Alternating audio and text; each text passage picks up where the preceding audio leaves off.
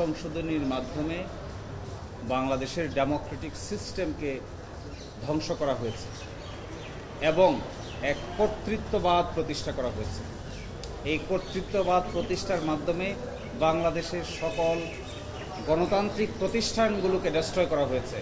Election commission, anti corruption commission, even বিচার বিভাগকেও to some extent destroy করা হয়েছে। এই জন্য পঞ্চদশ সংশোধনী বাংলাদেশের সংবিধানের যে মৌলিক ভিত্তি আছে এই ভিত্তির সঙ্গে পরিপূর্ণভাবে সাংঘর্ষিক।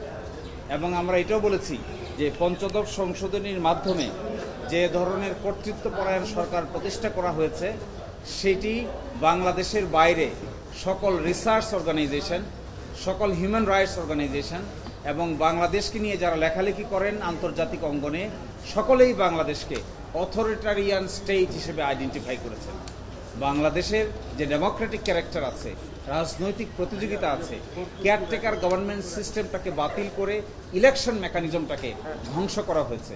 সুষ্ঠু নিরপেক্ষ নির্বাচন অনুষ্ঠানের যে প্রক্রিয়া, এই প্রক্রিয়াটাকে লেবুর সুঘ্রাণ আরো বেশি, ত্বকের যত্ন আরো বেশি, চলে আরো বেশি। আপনার পকেটে কি বিদেশি না বাংলাদেশি করেই বাধাগ্রস্ত করা হয়েছে।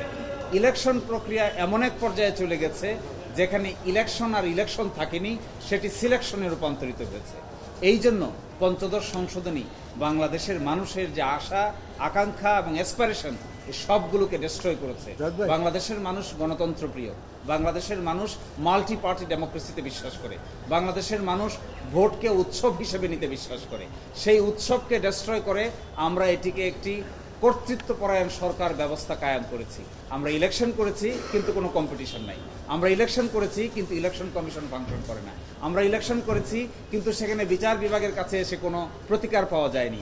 আমরা ইলেকশন করেছি দেখানো মতে, সেই ইলেকশন করতে গিয়ে একটি ইউনিয়ন পরিষদের ইলেকশন, একটি ওয়ার্ডের ইলেকশন, একটি পৌরসভার ইলেকশন, ইভেন একটি সিটি কর্পোরেশনের ইলেকশনকেও সিস্টেমটাকে ডিস্ট্রয় করে বাংলাদেশ একটি কর্তৃত্বপরায়ণ দেশে রূপান্তরিত হয়েছিল।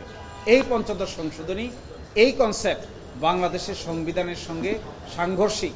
কারণ বাংলাদেশ সংবিধান একটি ডেমোক্রেটিক পলিটিক্যাল সিস্টেমের কথা বলে। বাংলাদেশের সংবিধান কোনো একনায়কতান্ত্রিক কিংবা কর্তৃত্বপরায়ণ সংবিধানের কথা বলে না। এই জন্য এই পঞ্চদশ সংশোধনী বাতিল করে দেওয়া উচিত। দু একটি বিধান রেখে বাকি সবগুলোই কর্তৃত্বপরায়ণ সরকার ব্যবস্থাকে স্থায়ী করেছে, এগুলো সংবিধানের অংশ হওয়া উচিত নয়।